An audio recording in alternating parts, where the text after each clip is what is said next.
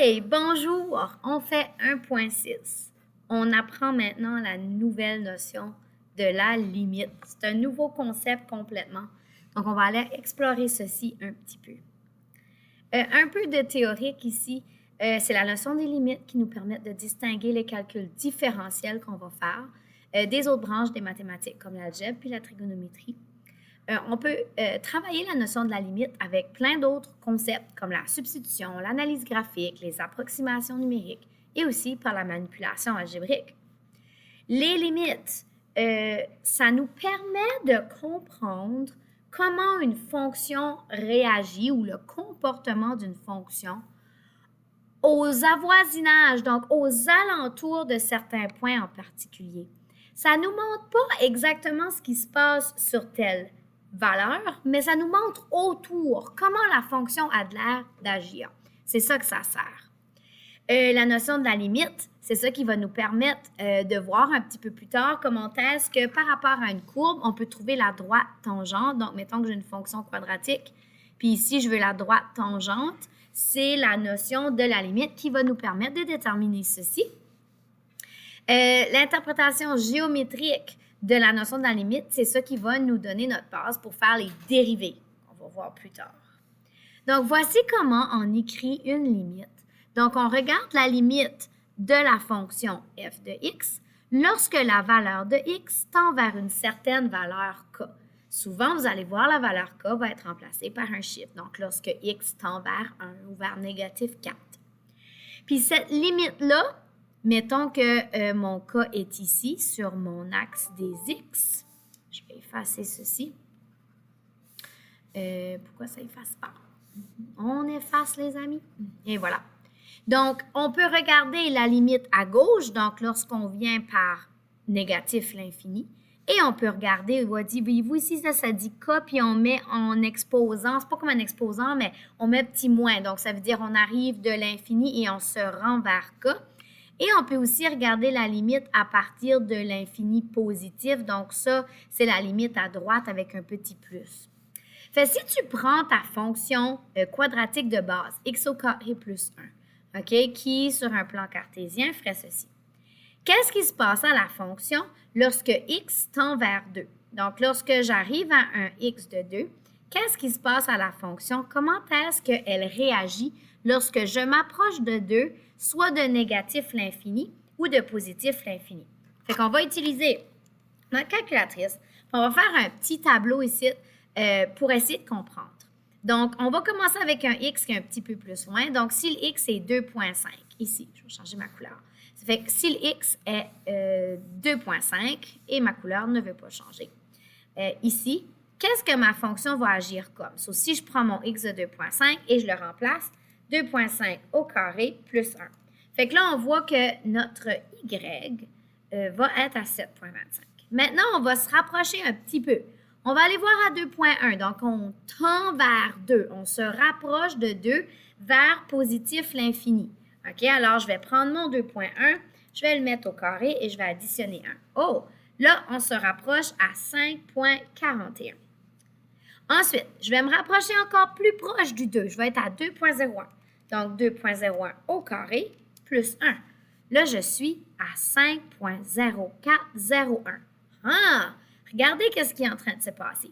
Je me rapproche encore plus proche du 2. Je tends vers le 2, mais je ne suis pas à 2 encore. Donc, 2,001 au carré plus 1.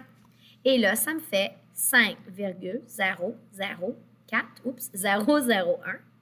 OK? On tend vers quoi, là? Et si je fais 2,00001, 2,00001 au carré plus 1. Et là, on se rapproche de 5,123040001.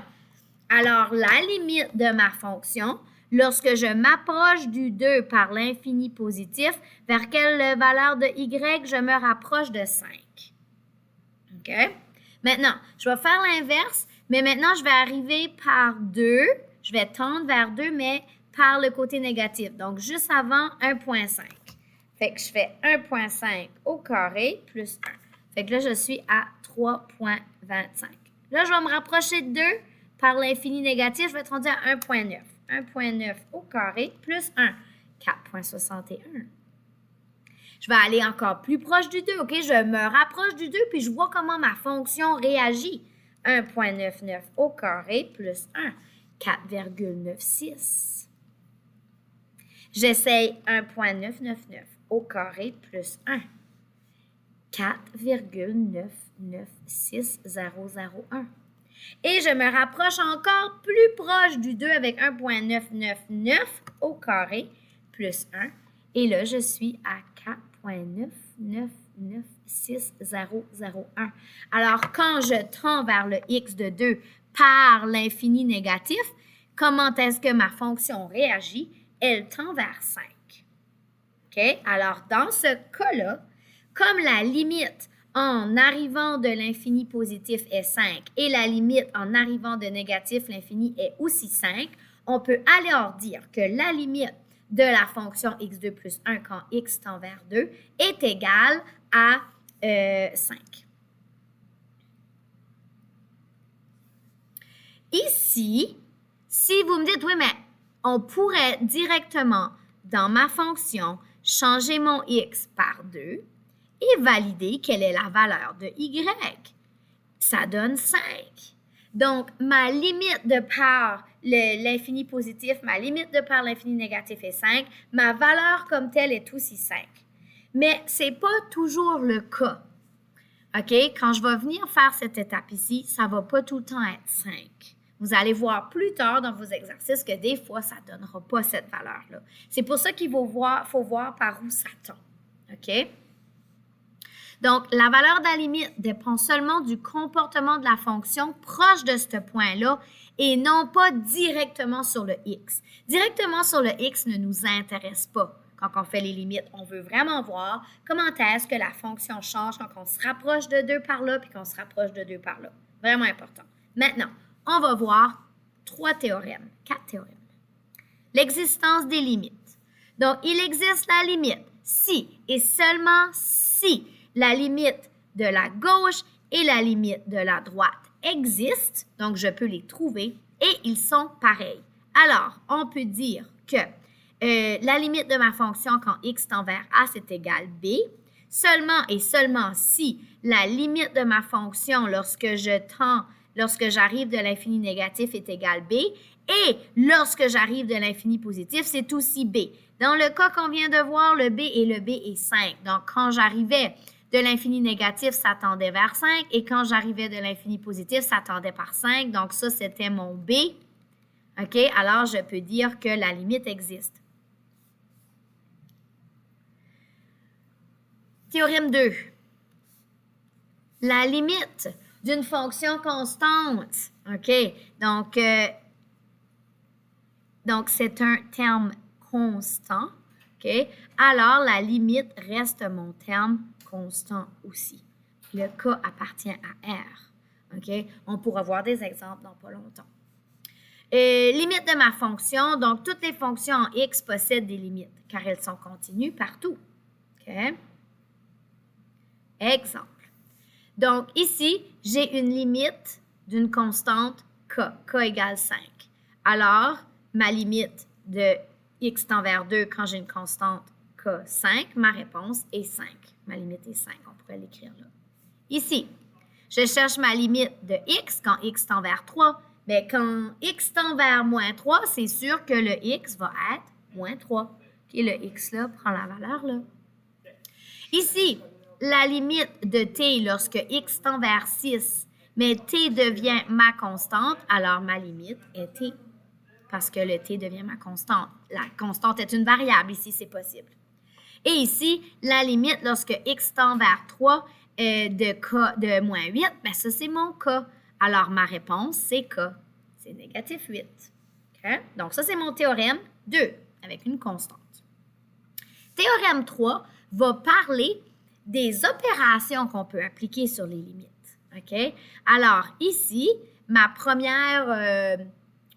il y a plusieurs énoncés dans le théorème 3. Mon premier énoncé est lorsque j'ai une fonction qui est multipliée par une constante, je peux alors sortir ma constante de la limite et la multiplier par la limite. Il faut toujours que K est dans R. OK? Donc, voyons ici notre fonction f de x égale 5 lorsque x tend vers 3. Mais ici, ce que je veux faire, je veux trouver la limite avec une constante de moins 5. Alors, je vais l'apporter devant ma limite. Et maintenant, j'ai la limite quand x tend vers 3 de f de x. Je vais grossir un petit peu. Puis c'est moins voir et que j'écris un peu mieux. Donc, et ici, ma limite quand x tend vers 3 de f de x, elle est égale à 5. Sur ça, je peux le remplacer par 5. Alors, cette limite ici tend vers négatif 25. Même chose ici. Donc, j'ai une limite de ma fonction x. J'ai un cas de 2. Je peux l'apporter devant. Alors, 2 fois ma limite de x tend vers moins 1 de x. Mais on a vu juste un peu plus tôt que lorsque c'est x ici, mon négatif peut prendre la valeur ici. Alors, c'est 2 fois négatif 1 qui fait négatif 2. OK? Alors, ça, c'est pour la multiplication. On a un autre énoncé ici que lorsqu'on veut additionner ou soustraire des fonctions, c'est égal à l'addition ou la soustraction de mes deux limites séparées. Alors, si je veux trouver la limite d'une fonction, plus ou moins une fonction, je peux les séparer par mon opération et faire l'opération demandée. Regarde bien ici. Je te dis que la limite f de x quand x tend vers 5 est négatif 2. Calcule les limites suivantes. Regardez ici, à l'intérieur de ma limite, j'ai une addition. Donc, ça va s'appliquer dans ce cas ici. Ça veut dire que je veux faire la limite quand x tend vers 5 de f de x plus la limite de 7 quand x tend vers 5. Donc, ici, ceci, c'est la même chose que ça. Et ici, on dit que c'est négatif 2. Donc, j'ai négatif 2 plus la limite de 7 quand x tend vers 5. Ça, c'est ma limite, c'est ma fonction, ma constante. Donc, ça devient 7 qui fait 5. Ça se simplifie à 5. Même chose ici. Donc, j'ai deux éléments séparés par une soustraction. Donc, je peux calculer la limite quand x tend vers 5 de 3. J'applique ma soustraction entre mes deux limites. La limite quand x tend vers 5 de x. Bien là, je vais chercher mes notions que j'ai vues un peu plus tôt. Ici, c'est ma constante 3, donc ça reste 3 moins. Et ici, vu que mon x tend vers 5 et je x ici, donc c'est 5, ça fait négatif 2. On continue dans le théorème 3. On a vu la multiplication d'une constante. On a vu l'addition ou la soustraction de deux fonctions. On peut aussi appliquer dans le théorème 3 la multiplication de deux fonctions. OK? Alors, la limite d'un produit de deux fonctions, c'est égal à la multiplication de mes deux limites. Alors, voyons et voir ici. Ici, je te dis que ma fonction de x quand x tend vers moins 1 est négatif 2. Je te donne aussi comme information que la limite lorsque x tend vers moins 1 de g de x est moins 1. Calcule les limites suivantes. Donc, regarde bien. Ici, on a plusieurs petites tâches de travail à faire. OK? D'abord, j'ai ceci. Donc, je peux dire la limite quand x tend vers moins 1 de 2 moins 3, ma fonction de x. J'ai une multiplication, donc je vais multiplier ça par la limite quand x tend vers moins 1 de g de x plus 2. Ensuite, je vais travailler mes parties individuellement. Donc, je dois travailler ceci et ensuite, je dois aller travailler ceci. OK, voyons voir comment ça va y aller. Je pense que je vais me faire juste un peu d'espace. J'ai comme une impression que je vais manquer d'espace. Donc, ici, j'ai la soustraction. Alors, ça va devenir limite quand x tend vers moins 1 de 2 moins limite de 3f de x quand x tend vers moins 1. Et tout ça, ça va être multiplié par, puis c'est aussi, j'ai une addition. Alors, je sépare la limite quand x tend vers moins 1 de g de x, plus, le plus là devient là, plus la limite quand x tend vers moins 1 de 2. Bon, allons travailler ceci. La limite quand x tend vers moins 1 d'une constante 2, c'est 2 moins. Regarde ici, j'ai la limite de 3 fois ma fonction. Ça, c'est une constante. Je peux l'apporter devant. Ça veut dire 3 fois. Et Si j'enlève mon petit 3 ici, la limite quand x tend vers moins 1 de ma fonction, je l'ai ici, regarde. La limite quand x tend vers moins 1 de fonction de x, c'est moins 2. Alors, ça se remplace par moins 2 fois, parenthèse. Bon, la limite quand x tend vers moins 1 de g de x, elle est donnée ici. C'est exactement la même chose. Limite quand x tend vers moins 1 de g de x, c'est moins 1. Donc, ça devient moins 1 plus la limite quand x tend vers moins 1 de 2. Ça, c'est une constante 2. Ça reste 2. Alors, ici, ça me donne 2. Négatif 3 fois négatif 2, ça fait plus 6. Donc, ça fait 2 plus 6, 8. Négatif 1 plus 2, ça fait 1. Alors, ma réponse ici est 8. Et j'ai écrit gros un petit peu. On va venir travailler celle-ci. OK? Si vous voulez bien, je vais passer directement de ceci à l'étape finale. Regardez bien. Ici, j'ai une multiplication. Donc, je sais, je pense que je vais changer mes couleurs dans le rose.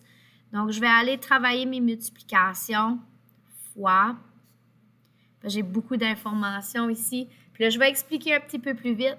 Donc, ici, je veux 2 limite quand x tend vers 2 de x plus limite quand x tend vers 2 de 1 fois. Ici, c'est ma constante 4 limite quand x tend vers 2 de x moins limite quand x tend vers 2 de...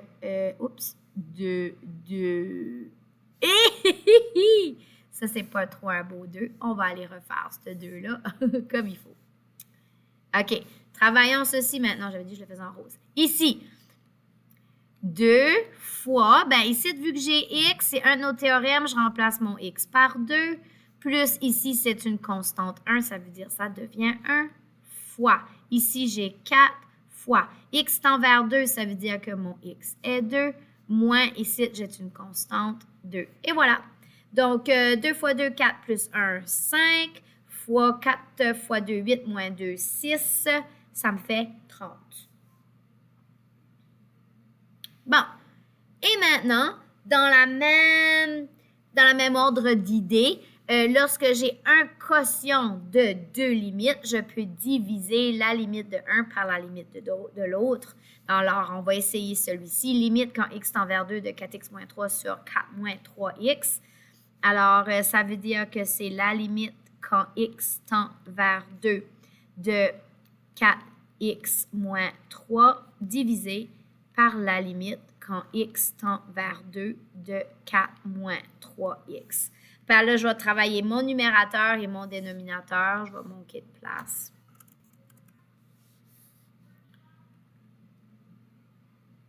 OK. Alors, ici, j'ai... OK, ça, c'est ça. Je vais juste faire ça. Là, juste pour, OK.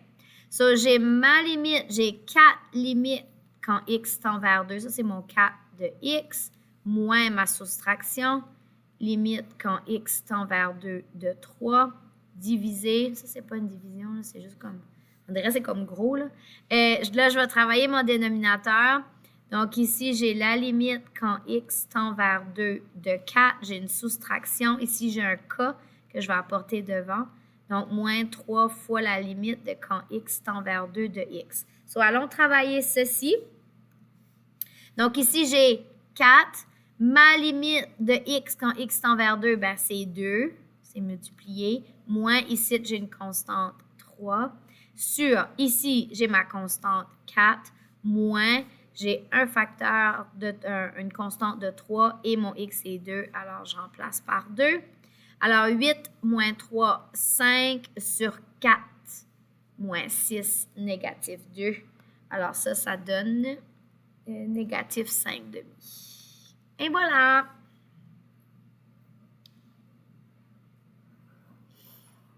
Maintenant, on continue. Et là, on applique les puissances, donc aux exposants. OK? Alors, si la limite quand x tend vers a, c'est x à la n, ça veut dire que ma réponse serait à n. N doit appartenir à R. Alors, si la limite de ma fonction quand x tend vers a égale L, alors on peut dire que lorsque je mets ma fonction à l'exposant n, on peut dire que c'est la limite de toute ma fonction qui est à l'exposant n. Puis ça, c'est égal à L à l'exposant n aussi. OK? Puis il faut que n soit plus grand que 0. Ça fait que, allons voir nos calculs ici. Donc, vu que j'ai mon x4 plus 1 à la 6, je vais tout calculer ma limite quand x tend vers moins 1 de x4 plus 1.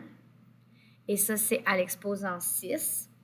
Ensuite de ça, tu vas appliquer tes lois. Donc là, tu sais que ton premier terme, c'est la limite de x4 quand x tend vers moins 1. Donc, ça fait négatif 1 au à la 4.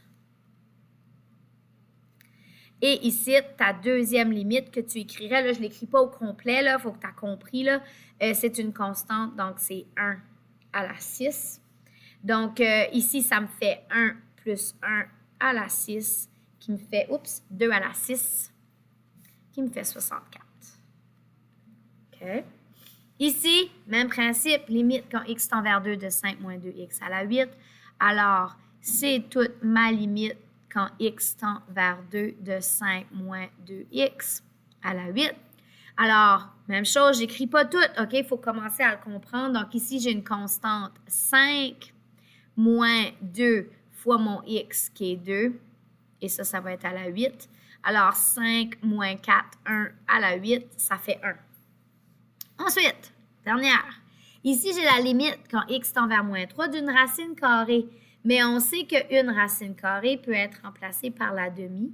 Alors, on va faire la limite quand x tend vers moins 3 je n'ai pas besoin de mettre de parenthèse. Je ne sais pas pourquoi j'ai mis une parenthèse. De 3 moins 2x à la 1 demi. Ici, j'ai une constante 3 moins 2x. Le x tend vers moins 3 à la 1 demi. Ça fait négatif 2 fois négatif 3, ça fait plus 6. 3 plus 6, ça fait 9 à la 1 demi, qui me fait 3. OK? Alors, ça s'applique. Dernier théorème qu'on voit, c'est le théorème du sandwich. Le théorème du sandwich met 3 fonctions dans le même graphique. Donc, admettons que je mets la fonction suivante. Puis ça va être g de x. Non, ça va être h de x. Ensuite de ça, je vais mettre une autre fonction qui va être g de x. Et elle, je vais la mettre ici. Donc, ça, c'est g de x. La théorie du sandwich me dit que quand je regarde ici, okay, lorsque je tends vers ce x ici, mon x de a, j'ai tendance à me rapprocher au même comportement, au même y. Okay? Alors, si je regarde ma troisième fonction qui est elle dans le centre, f de x, elle n'a pas le choix de se trouver dans le milieu, donc elle, sa limite va être la même que celle-là et celle-là. C'est la théorie du sandwich. Vous pourrez aussi aller voir les 2 autres liens vidéo que je vous ai mis en surplus. Ça l'explique aussi. OK? Donc, la théorie du sandwich. Si je peux trouver la limite de g de x, OK, qui est celle-ci, donc si je trouve sa limite, si je peux trouver la limite de h de x et que ces deux-là ont la même limite, je peux alors dire que la limite de L qui est dans le centre a la même limite. OK? Donc, voyons voir comment on l'applique. J'ai ma limite de x vers 0 de x2 sinus de 1 moins x. Là, ici, vous allez dire, ouais, mais j'ai pas de plus grand ou égal, j'ai pas d'inéquation ici. Mais tu peux trouver une inéquation. Tu peux trouver l'inéquation à cause du sinus. Tu sais que lorsqu'on calcule un sinus, les réponses possibles peuvent soit être plus grand ou égal à moins 1 ou plus petite ou égale à positif 1. Tu sais ça. C'est un des principes de la loi du sinus. OK? Alors, tu viens de créer ton inéquation. Mais là, il y a un petit problème. Parce que toi, dans ton inéquation, ce n'est pas juste sinus de x, tu veux. Tu veux x2 sinus de x. Comment est-ce que tu vas faire pour apporter cette fonction-là ici? Bien, qu'est-ce qui te manque? Tu as déjà ton sinus de 1 sur x, il te manque ton x2. Comment tu fais pour rajouter fois x2? Tu fais la même chose à chacun des membres de ton inéquation. Je vais multiplier par x2. Je vais multiplier par x2. Donc, je peux donc dire que moins x2 devrait être plus petit ou égal à x2 sinus de 1 sur x devrait être plus petit ou égal à x2. Donc, je viens de créer, je vais mettre une autre couleur, je viens de créer g de x, f de x et h de x. OK? Alors, maintenant, il faut le calculer. OK? Parce que le problème avec ceci, là, vous vous rappelez quand on disait on veut voir comment ça tend d'un bord, comment ça tend d'autre bord, puis on a dit qu'on ne peut pas toujours nécessairement trouver la valeur. Ici, là, si je remplace mon x par 0, ça me fait 1 divisé par 0. C'est l'infini. C'est impossible. Excusez, c'est pas l'infini, c'est impossible. Je ne peux pas calculer cette valeur-là. OK? Je ne peux pas la calculer à la calculatrice. C'est impossible, 1 sur 0. Donc, je dois regarder comment ça se comporte avant, comment ça se comporte après. Puis ici, j'utilise le théorème du sandwich. Je vais voir comment est-ce que cette fonction-là se comporte lorsque x se rapproche de 0. Je vais voir comment cette fonction-là se comporte lorsque x tend de 0. Et si c'est la même valeur, je pourrais donc dire que cette fonction-là agit, se comporte de la même façon. Alors, si je remplace mon x par 0 ici, je garde ma fonction f de x, que je ne peux pas trouver comment elle se comporte. Et ici, dans ma fonction x de 2, je la remplace par 0. Ça veut dire ici que j'ai 0. Et ma fonction f de x doit être plus grande ou égale à 0. Et elle doit être plus petite ou égale à 0. Regardez, OK? Ma fonction g de x et ma fonction h de x ont la même valeur. Alors, je peux conclure que ma limite, je me laisse la place, alors je peux conclure que ma limite, quand x tend vers 0, de cette fonction-là f de x, que je ne pouvais pas trouver, est égale à 0. Parce que la fonction qui est plus petite que elle est égale à 0 et la fonction qui est plus grande que elle est aussi 0. Alors, elle n'a pas le choix d'être prise entre les deux et d'être 0 aussi. So, voyez-vous, pour une fonction que je ne pouvais pas trouver la réponse, en regardant comment elle se comporte avant et après, ou en regardant comment les deux fonctions qui l'entourent se comportent, je peux voir comment elle se comporte. Essayons celle-ci. Donc ici, je veux voir ma fonction h de x, comment elle se comporte quand x tend vers 3. Regarde, elle est ici, cette fonction-là. C'est elle que je cherche. Ça fait, je vais aller voir comment cette fonction-là se comporte quand x se rapproche vers 3. Je vais aller voir cette fonction-là, ce qui se passe. C'est des fonctions affines. Alors, si je remplace mon x par 3, ça fait 3 fois 3, 9, moins 2, 7. Alors, je sais que ma fonction h de x doit être plus grande ou égale à 7. Et si je regarde celle-ci, 2 fois 3, 6 plus 1, 7. Alors, cette fonction ici, on pourrait dire que ceci, c'est g de x. Puis on pourrait dire que ceci, c'est h de x. Là. Donc, si g de x se comporte vers un y de 7 quand x tend vers 3 et que h de x aussi se comporte vers 7, mais elle n'a pas le choix. Donc, la limite de ma fonction h de x quand x tend vers 3, elle n'a pas le choix aussi de se comporter vers un 7, de s'orienter vers un 7. OK? Donc, ici, c'est un petit peu plus facile parce que l'inéquation est écrite pour toi, mais vous allez voir que si vous faites des exercices où il y a un sinus, cosinus, tu travailles, il faut que d'abord que toi, tu crées ta propre inéquation. Je pense que j'ai fini. Et voilà, votre devoir, on rajoute 10 A et B. Donc, bon travail, allez travailler sur vos limites.